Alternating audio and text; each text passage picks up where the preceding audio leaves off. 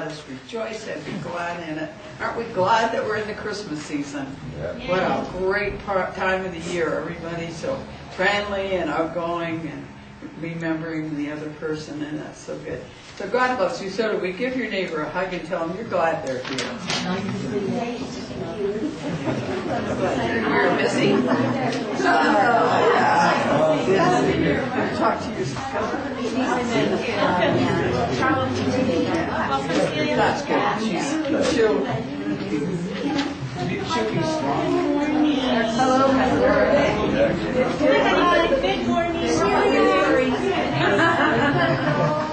Good morning. Good morning, everybody. Good morning. That was a popsicle a week ago. There we are. Let's join me for the opening prayer. Heavenly Father, we're so thankful that we're able to fellowship one with the other each week, joining together with our hearts, our minds, and opening our hands to the love that you are sending through us, so that we may pass it to each person that we need each week. Amen. Everybody be seated. Well, I'm really excited about Christmas this year. I don't know why I'm excited about Christmas this year, but I am. Maybe it's because I'm here. I'm getting older. I get up in the morning, I'm excited about every day, as Kathy says. I look at the obituary, I wasn't in it. So there you go. Yeah, so I'm really glad. Today I'm going to be your speaker again, and I have cheering for me to Janice Schramm, who is my other daughter. And Janice and I are getting to be really good at working with each other here. So Janice, you want to come up and just go on with the program, and maybe we'll go on with you one of your songs, right? There you go. Give her a hand and give her some encouragement. Okay, since we're in such a good Christmas spirit here, the next hymn is Joy to the World. Everybody like to stand, and we'll give that a try. Look at Crystal We don't need Cathedral. to Here we try. go. Facts have gone. They have nothing on us at the Crystal Cathedral. We've got the best pianist. Joy to the World. Joy to the world. Number 4. Thank you.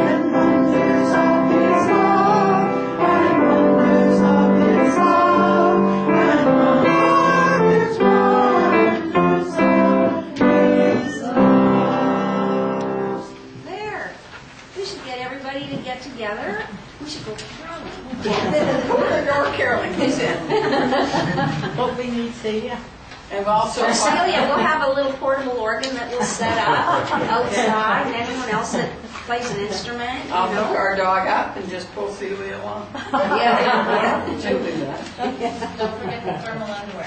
Oh, yeah. For sure. And I hear that we might be having snow starting tomorrow. Canceling it on the Flurries.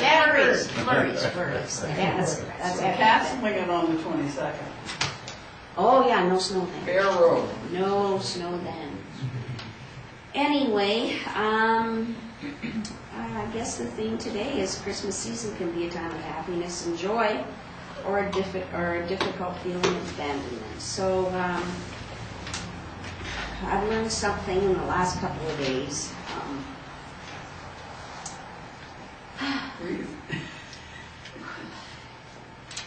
My cousin Bonnie that lost her husband Randy that I talked about has been diagnosed with ovarian cancer this Friday.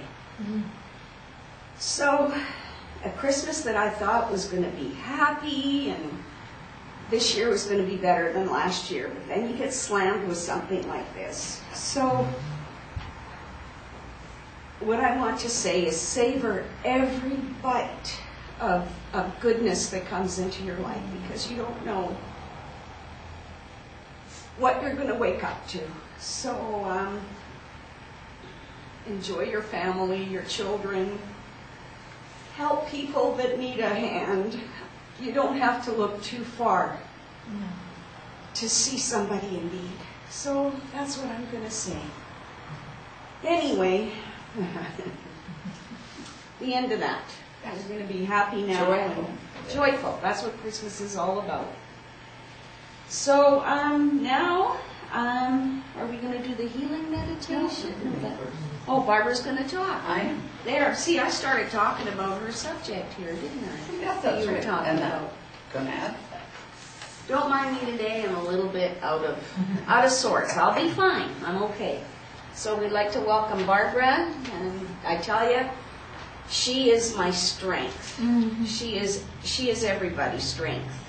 I don't know how she does it. I don't know how she handles, the church and the people and her home and everything. She's always busy. But you know what?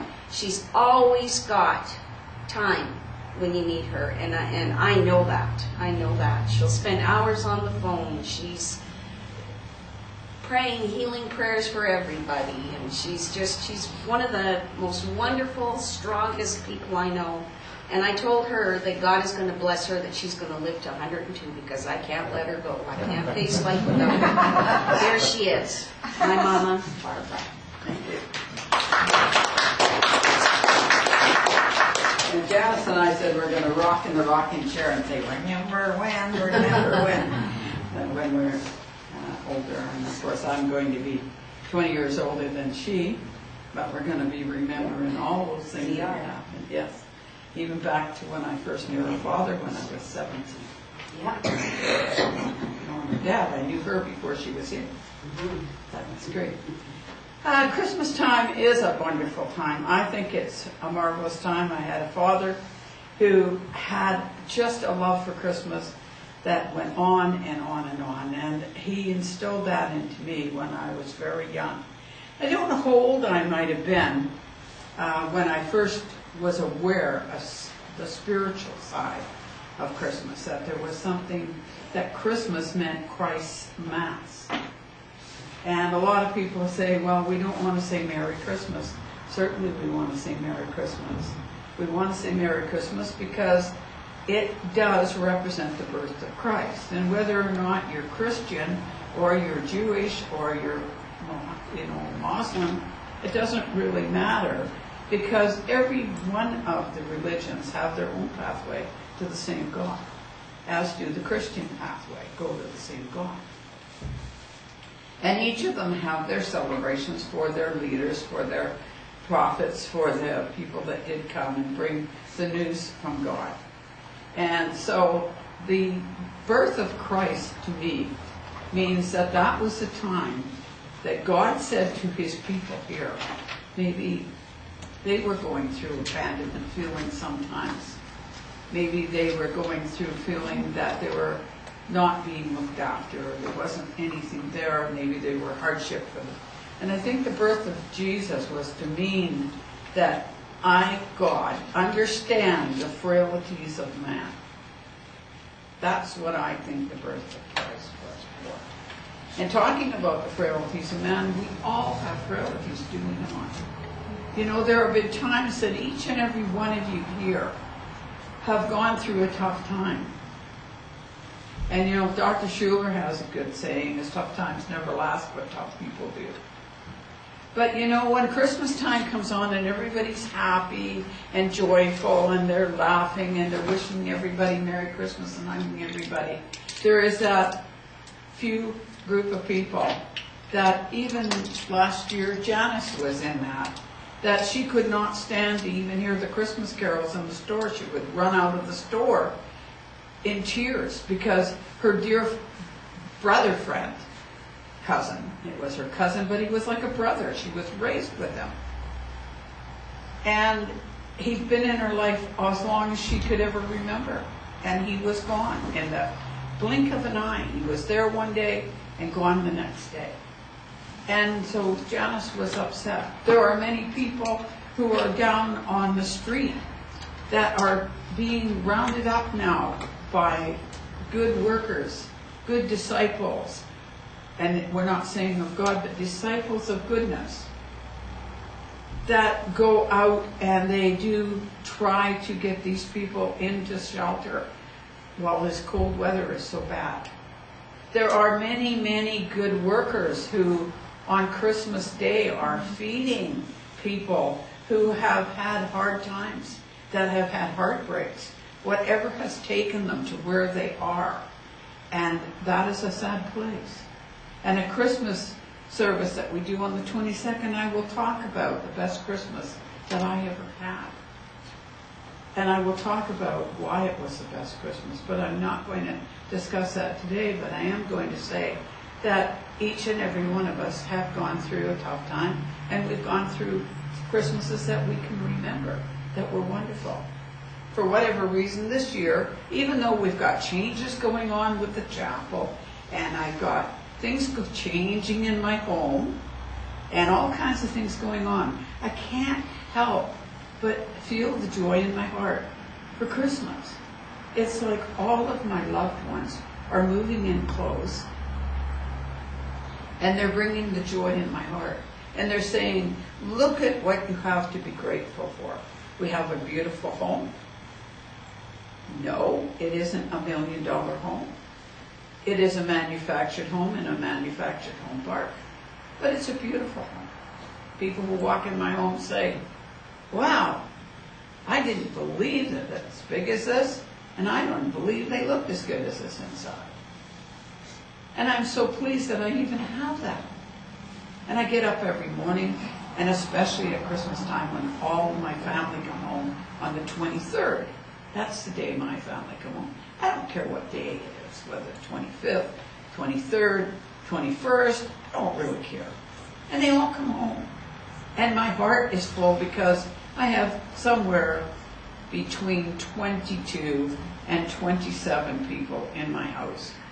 All together, the family together, laughing and enjoying each other and building memories with each other. But I also remember times when I was younger and I had a friend who he had lots of money. Okay, he wasn't wanting for money. He had a roof over his head, really nice job, really nice person. But he was alone. And he was alone at Christmas. And what did he do? But he signed himself into hospital. Now he would come to my house for Christmas, for dinner, 2 nights a week or whatever when I would invite him. But at Christmas time, he didn't want to be interfering with family things, you understand? So he signed himself in at Christmas to have his face sanded. Because he had pockmarks from the time he was a child, young teenager.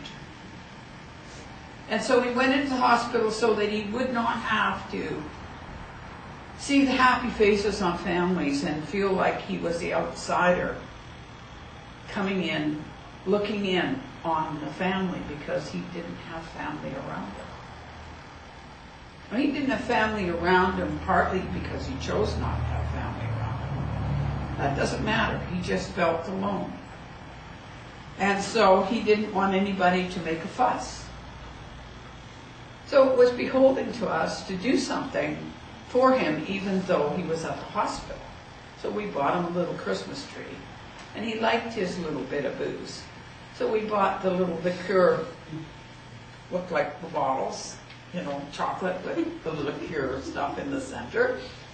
And we sent that up to the hospital. We had the tree decorated with these little ornaments. And I also had other little packages wrapped up. And one of the packages was a whistle. And I said in there, "This is a rape whistle." Yeah. I don't know that I would guarantee it because I stood on the corner for 20 minutes and whistled. Nobody. I was being facetious. That's not something really funny, but it was funny to him. And he phoned me the next day and he said, "It only hurt when I laughed." And of course, his face was all pulled tight when he'd laugh. It felt like it was going to crack. He said, "Darn you, you had to make me have a Christmas whether I wanted one or not." And what did they do? They discharged him Christmas Day and he came to our house for Christmas dinner anyway. But the point there is, I have Christmas Day on 23rd. What do you do on the 25th? This year I'm doing a wedding. Isn't that a lovely thing? I'm performing a wedding. I was asked to officiate by this really lovely couple, and I am feeling honored for that. But other Christmas days, we've taken and done double egg sandwiches, or egg salad sandwiches, whichever you want to call it, which are one of my famous sandwiches. We did 110 egg sandwiches one day, and we took them down to the mission in Vancouver on Christmas Day for something to do because we have our Christmas at a different time. So that was a Christmas Day. Other times we have done other things on Christmas Day. So there are people who need you with your joy, with your happiness, that are out there that are a lot worse off than we are. There are people exactly that are going through terrible times, like right now, when Bonnie has been given the diagnosis of ovarian cancer. She beat breast cancer a number of years ago. So she knows that she can beat cancer. But that must be a real shock at Christmas time after not having Christmas with your husband last year. First Christmas alone, and then this second Christmas now. And she is given this diagnosis. So we have to be there for these people, the people that are on the street, that have their hand out. A lot of people say to me, "Why would you give $10 to the girl that stands outside of the grocery store? She's there every day. She's got a heavy jacket on it this time with a fur collar like Audrey's there, a hood."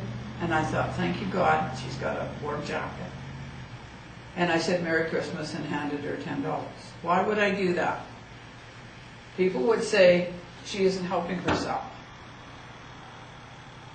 Well, we don't know what her circumstance is. We don't know what kind of help, how many times she's been knocked down. We don't know if there is anything that she can do to help herself other than she's doing what she can. She doesn't bother anybody. She takes buggies back for people. She helps pick up on the parking lot.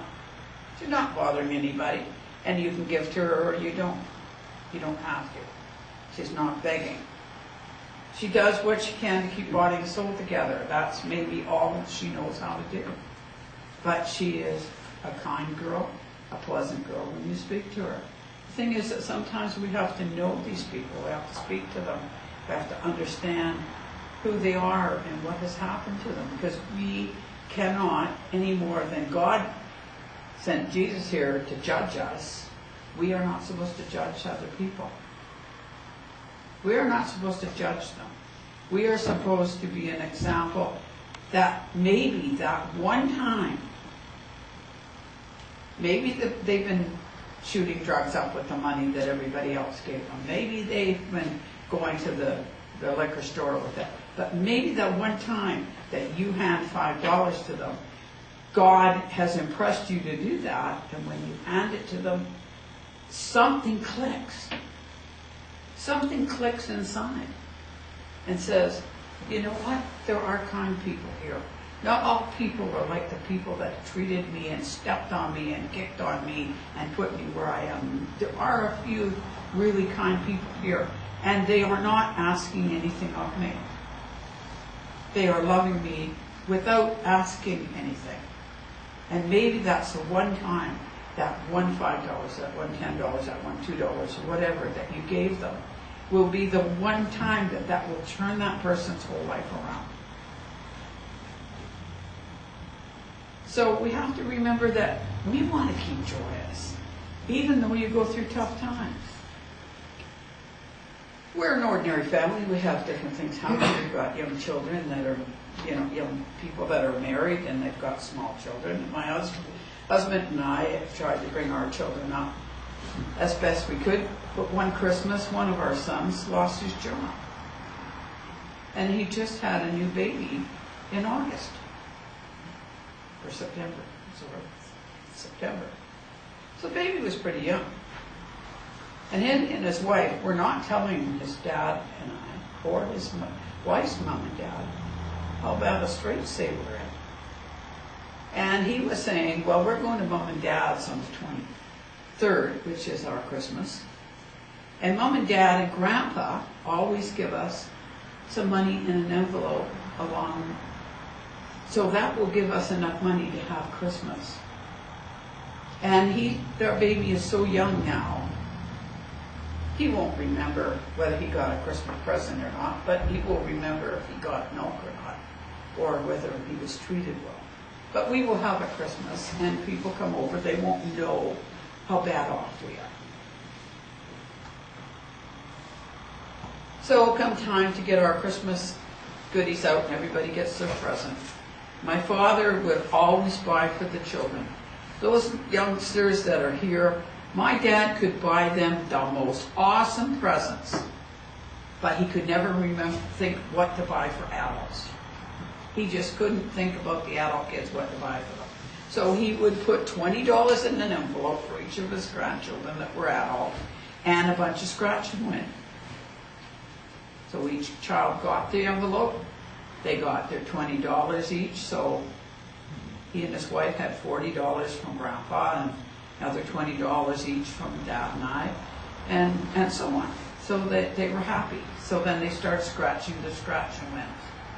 And as God would have it, the scratch and win that Chris was given was a $1,000 scratch.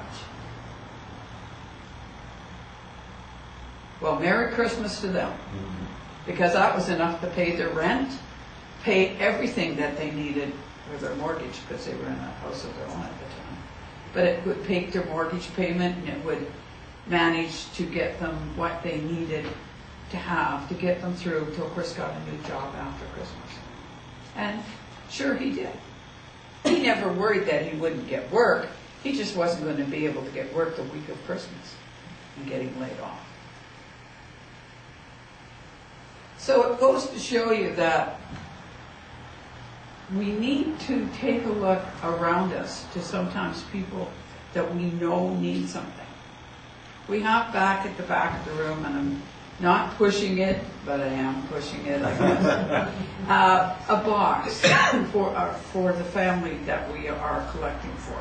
We also have the jar, the water jug that Kathy decorated up that we had for a penny jar. And we put that money into the church because that was given for the church. And then we started with what change was in there. We just took the big bills out and left the change that was in there. And now there's new big bills in there that started about 4 weeks ago. And so that is going to be for our family. And Kathy doesn't know it yet, but I'm going to assign her to take that money to the bank and dump it in and let them do the counting, whatever bank does it, but you can dump it in, Kath. Sure. And before the 22nd, and we will have that money so that those people will have a good Christmas. Last year, our little chapel raised $951 for the family that we were helping.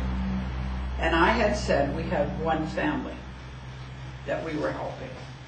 And when I seen there was $951, I said, maybe we should help 3 families. And I sat and thought on that for a couple of days. And then I thought to myself, no, I said we had one family. God made sure that our chapel brought the $951 for that one family. They may need rent. They may need goods. They need coats. Not for me to judge where it needs to go. We said it was going to one family, and it did. We got a nice letter back from them in a Christmas card saying thank you so much for what you've given to our family and the help you've given. We will not know what they did with it. We don't ask them what they do with it. It's not given conditionally. It is given out of love from this chapel, because you are this chapel. And you give it out of love and put it in the box and in the jar.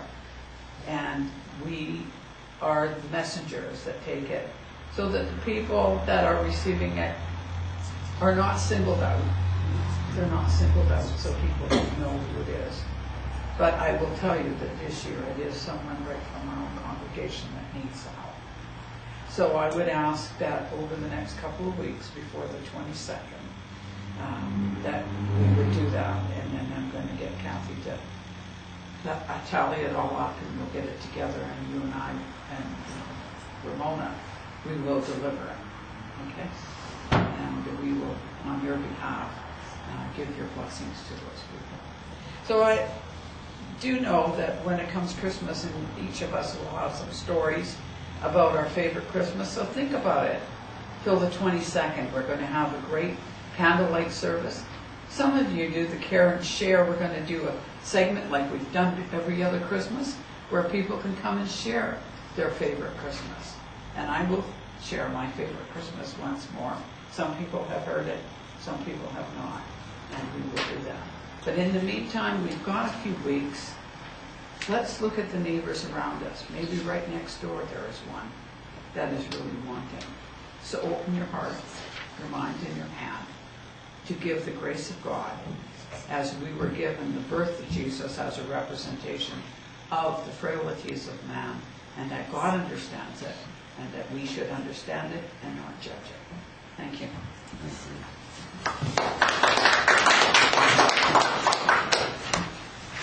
Now, that's enough to put a smile on anybody's face. Thank you, Barbara. Now it's time for our healing meditation. Yes. So if anybody would like some healing, have a seat back there, and we have healing facilitators that will come. And for those that just want to relax in their chairs, it's a good meditation. You seem to get an energy back after you've had to listen to the tape. And we also have the healing bowl. Anybody who knows somebody that needs any kind of healing, please put their name in the healing bowl. God knows who they are. You can just put a first name on there. And I tell you, that healing bowl works miracles. It really, really does. This is just a quick little funny story, I have to say. Anyway, I don't know how many of you know Cheryl. She's my daughter's roommate, Cheryl Swain. And she has a little dog named Travis. Well, little Travis was very, very sick. And they didn't know what was wrong with him. It looked like he'd had a stroke. And like I call him my grandson because I just love this dog so much. He was a rescue from California. He had a terrible life. And there's a lady that goes down there and rescues these dogs and brings them back up to Canada. And they have all their shots and they're neutered and spayed. So anyway, Travis was very, very sick. And he couldn't even walk. He was walking sideways. It was falling. And they don't have the money to care for him that way. So they did take him to the vet, and the vet said it was some neurological thing. So, for a dog, you don't know, is the dog going to get better or not? So, last Sunday I put his name in there, and I call him Travis McTavish. I wrote his name, I put it in the bowl, and he's better now. And this could have been months of recovery for this dog or not. But God loves everybody, and He sees everybody's pain, whether it's a human being or an animal or anything. So that's my story on the miracles of that prayer bowl, because it really works. And God does see into our hearts, and He knows who needs help.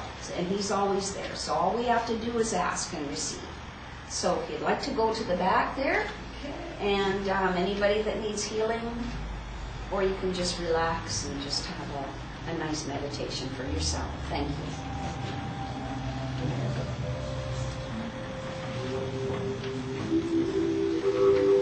Find a comfortable position and take your thoughts inward and upward to a little spot in the universe where God resides.